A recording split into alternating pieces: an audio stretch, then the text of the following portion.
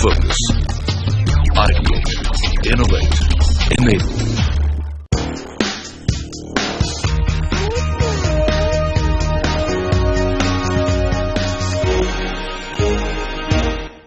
Hello and welcome to this week's episode of The Luxury of Poverty. I'm your host A.B. Ravi. Generally speaking, most of us are scared of failure. So we avoid taking risks as there is fear of losing job or money or becoming a laughing stock. This fear of failure forces many to settle to a life of mediocrity. But as they say, no risk, no gain. Perhaps this is what separates men from the boys. People who take risks see opportunities in adversity. They are ambitious, focused and bold. They are not cowed on by disadvantages or poverty. It is this attitude that catapults them into the big league. My guest, Dr. A. Vazirani, falls into this category. He considers himself lucky to be born into poverty. But for that, he would not have made it big. Dr. Vazirani, who runs a successful company, Thyrocare Technologies, is worth 2,000 crore rupees today. I mean his personal net worth. He brings an entrepreneur's perspective while decoding the success mantras of entrepreneurs featured in our show. With this thought of mine, let me focus to the hero of this week's episode. Suresh Vazirani, the man who built Transasia Biomedicals. He is an entrepreneur not by choice but by chance.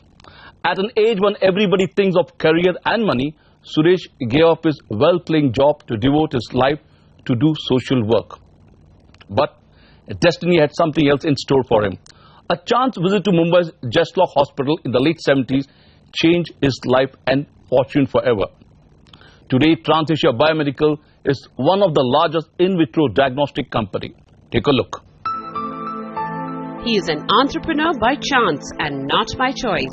Suresh Vazirani, the man who built Transasia Biomedicals, was happily working as a trainee engineer at the Arvind Mafatlal Group Company, Nosal in Mumbai. One evening, he attended a play organized by Mahatma Gandhi's grandson, Rajmohan Gandhi.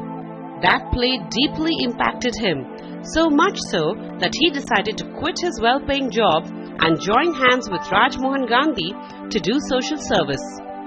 His parents were disappointed. After all, he was the breadwinner. But the family pangs and emotions did not deter this electrical engineer from pursuing his path. After all, he had grown up in an environment of freedom fighters and refugee camps. But what changed his fortune was his chance to visit Mumbai's Jaslock Hospital with Rajmohan Gandhi to meet the socialist leader Jayaprakash Narayan, who was undergoing a dialysis treatment. It was there that he saw how ill-equipped hospitals were in relation to diagnostic machines. That was 1977. This triggered a business idea in Suresh. He decided to set up a diagnostic equipment company that was affordable to people. The dream was big, but he had only 250 rupees in his pocket. Fortunately, a friend, seeing Suresh's passion and determination to do something good in the healthcare space, loaned him 1 lakh rupees. With this money, Suresh visited some of the best diagnostic equipment makers around the world. In 6 months' time, he had visited over 70 companies and in the process managed to convince a few to appoint him as their distributors in India. Thus was born Transasia Biomedicals in 1979. Initially, as a distributor, they were importing dialysis machines from Japan. But with imports proving to be costly, he got into the manufacturing of diagnostic equipment by setting up a plant at Seeps in Mumbai in 1990. After that, there was no looking back. Transasia Biomedicals moved up the value chain by manufacturing a whole range of products in India. With the cash registers ringing, he decided to get the latest in technology by acquiring over 11 companies abroad. Today, Transasia Group has manufacturing facilities in USA, UK, Czech Republic, Italy, France and Turkey. This strategy has given Transasia the twin benefits of being a manufacturer in low-cost India and gaining access to high-end technology abroad. Today, Transasia Biomedicals is a 1,000 crore rupee plus turnover company and one of the largest in-vitro diagnostic companies with an employee strength of 1,200. It offers solutions and products in biochemistry, hematology, coagulation, ESR, immunology, urinalysis, critical care, diabetes management, microbiology, and molecular diagnostics. In fact, Transasia is the first Indian company to manufacture and export sophisticated state-of-the-art blood analyzers and reagents under the brand name Herba to more than 100 countries. Clearly, Suresh Vazirani's dream to make affordable diagnostic equipment in India so that people can take care of their health through prevention has indeed been fulfilled. May his tribe increase. So this has further strengthened my belief that where you follow your conviction, where you follow your mission, the resources follow. So we started this company with 250 rupees, no knowledge, no expertise, no engineers in the company. I was the first engineer, I was the first manager, I was the only engineer in the company. And in 36 years, today here we are. Transasia is the largest diagnostic company in India. This proves that, where you follow your conviction, resources will follow. Dr. Mani, welcome to the show. Looking at Suresh Vazirani, what's your first impression on this company? Mr. Suresh Vazirani was an entrepreneur even 18 years before I ventured. Yeah. So if you look at it, two generations have been in between. Yeah. And in those days, becoming an entrepreneur, that itself is a very big dream. That too in healthcare. And in diagnostics, nothing was available in India. Even the raw material, even the basic components were not of any quality in India. I'm talking about 1977 to 85. Yeah, I think starting a business at that time obviously was needing a lot of boldness. Yeah. And I know him as a man who came from Nagpur with an engineering degree in hand. Yeah, correct. I think he hardly worked for a year or two. The entrepreneurial bug bit him much earlier than it does for others. And I think he did not truly worry about not having funds or not having knowledge. But I think his determination paid him off. Today the company is a very powerful company in the Indian diagnostic space. He has a huge field force, engineers.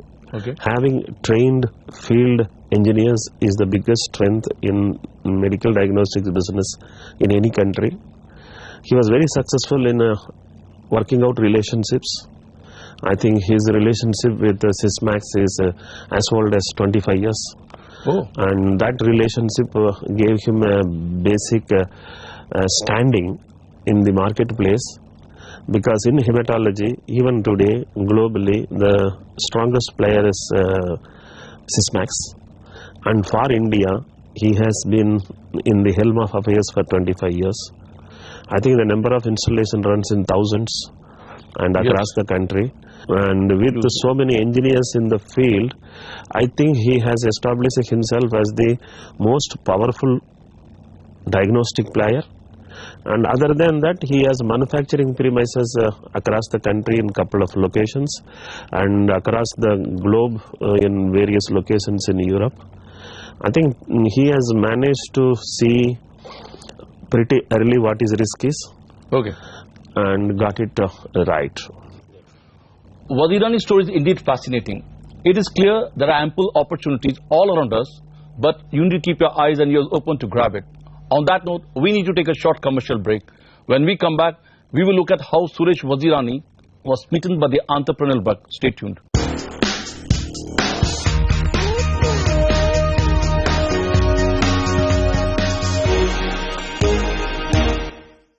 Welcome back. Clearly, Suresh Vazirani is an entrepreneur by chance, not by choice. He left a well-paying job to do social service with Rajmohan Gandhi, the grandson of Mahatma Gandhi. But one incident changed his life forever. So what was that eureka moment? Let's listen to Suresh Vazirani. I remember very well, one evening, Mr. Jayaprakash Narayan had come for urgent dialysis in the hospital. and the machine was not working. And everybody was nervous because Mr. Narayan needed the dialysis immediately within few hours, otherwise there could be serious consequences. I asked the staff why there is no engineer to repair the machine. They said there is no engineer because there was only one engineer trained in this one, and he was away in New Delhi. And that made me really aware that a country of our size, there is only one engineer available for dialysis. However, the reality was, here was Mr. Jayaprakash Narayan who needed the dialysis, and here was a machine that was not working. What should be done? So jokingly, one of the staff said, Suresh, you are an engineer, why don't you do something about it? And I said, well, I've never seen a dialysis machine before. I don't know what's wrong with it, but something has to be done. We cannot just let the situation go like this. Mr. Narayan has to have a dialysis. So what do we do? So I called the technician, both of us sat there, started reading the manual, opened the machine, and fortunately in 3-4 hours time we were able to make it work. Out of 2 machines we were able to make 1 machine work by changing the parts and things like that. So this was a great revelation that there is a great need in India for engineering support and for technology, and I felt I should help bridge that gap. Okay, Dr. Velumani, looking at his bed, was it destiny or did he seize both the opportunity? It was a chance visit to Just Log Hospital and he repaired a dialysis machine. So would you call him an entrepreneur by choice or by accident? I think he was to become an entrepreneur, if not then, maybe after a couple of more weeks, months or years. Okay. I don't think an entrepreneur can be stopped getting into that slot too long by anyone. So always it's some incident which triggers. Yeah. There has been a huge multinational domination in this field for the last 4 decades.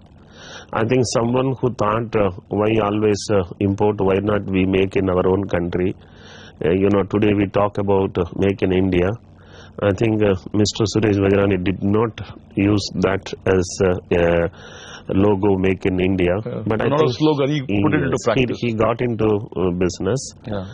And one thing good about his approach is he sees the pyramid very well. Pyramid of diagnostic space. There are star hospitals and laboratories in the top of the pyramid. There are small village polyclinics and diagnostic laboratories in the bottom of the pyramid. He knows all cannot afford to have imported stuff, and all imported stuff costs upward to 50 lakhs, 80 lakhs and 1 crore. So he set up diagnostic instruments ranging from 1 lakh to 40 lakh. And I think his strength is reaching to every nooks and corners of the country. It was a modest beginning. With friendly loan of 1 lakh rupees, Suresh Vazirani started Transasia Biomedicals.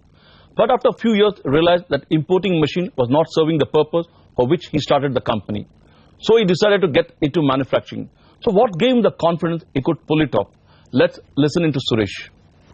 So we started importing blood testing machines, diagnostic machines, and helping laboratories do the tests which can prevent disease. But again, we soon realized that these imported machines are so expensive that not many laboratories in India can afford. Yeah. So I felt that it's absolutely important that large country like India cannot depend on importing these machines. And it's not only expensive, but every part, every consumable had to be imported. You see. And that made it very difficult to give proper technical support, to keep the machines working. It was very difficult because everything had to be imported. And in those days, the imports were not so easy. There were a lot of restrictions then.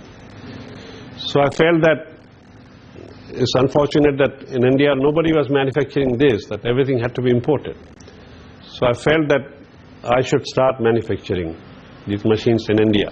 So I got together a few of our service engineers and I said, you guys are trained in servicing and repairing the machines. Can't we make it in India? everybody was very enthusiastic. They said, yes, we can. So we started a small R&D cell and made the first machine in 1991. So for the first 11 he started was only importing. Then he got into manufacturing. Do you think it was a bold move? Because he had no knowledge of manufacturing and neither did he have the technology. Your comment? No, he has no alternative because the imported gadgets and their spares were not an affordable commodity for the middle class in the country who wanted to run laboratories. So either he limits his business or he sees an opportunity there. So according to me, he found that there is an opportunity to get the medium-sized, medium-priced solutions for the laboratories of the interior parts of the country. One unfortunate part in the healthcare or diagnostic industry is Europe, US and Japan even today rules 95% of the instrumentation and reagent market. The complete monopoly by these markets of this particular segment probably forced Mr. Suresh to think, is that we can't do. But having said that, for the hard work he has put in, he did not get, according to me, adequate returns. Once again, the monopoly part of these three parts of the world is continuing. Nothing is manufactured anywhere outside these three geographies. That's the limitation of the space. But in spite of that, today if he says I am exporting outside India, which I am pretty sure he does for some 30% of his total turnover, that's the strength. And getting a foreign exchange for an Indian multinational diagnostic company is a very satisfying feeling. Well, the story is getting interesting, but it's time for another short commercial break. When we come back, we will look at how Suresh Vazirani transformed the company with his Make in India strategy and series of acquisitions abroad. Stay tuned.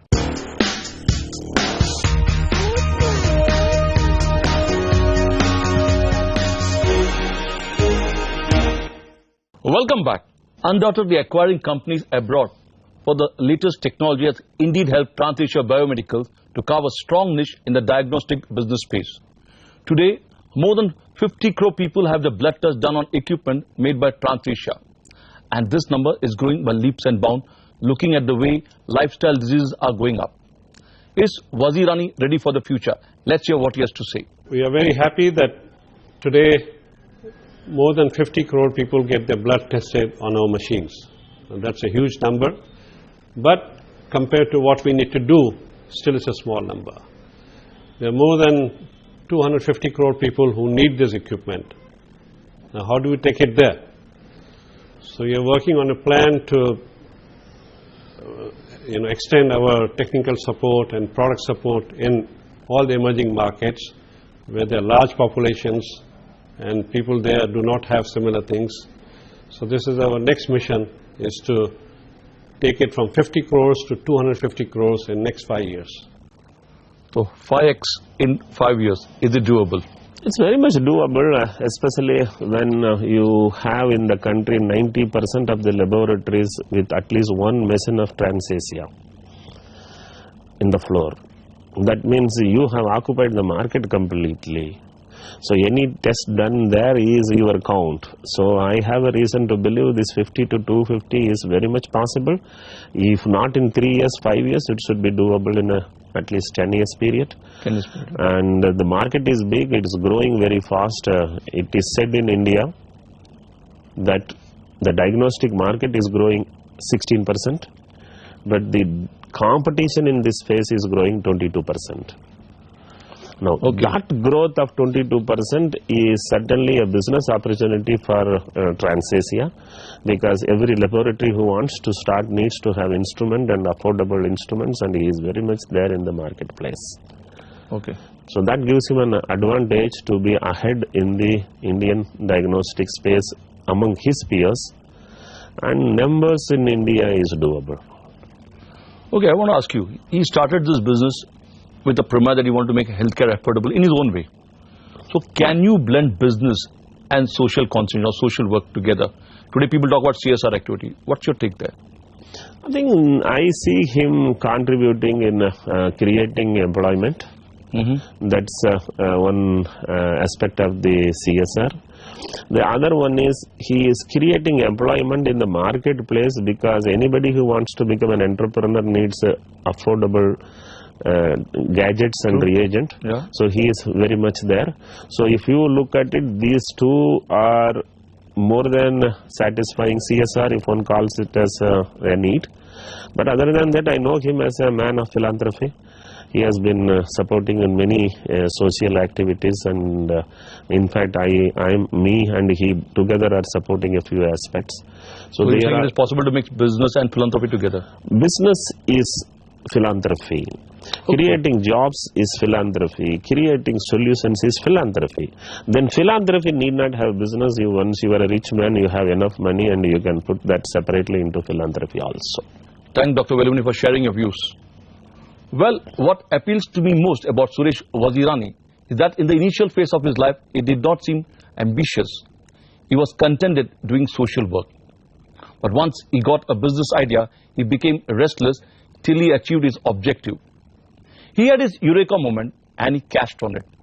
So my advice to those aspiring to become an entrepreneur, keep looking for those eureka moments in your life. On that thinking note, it is time to say goodbye. See you next week with another interesting episode. Till then, keep watching CNBC TV 18.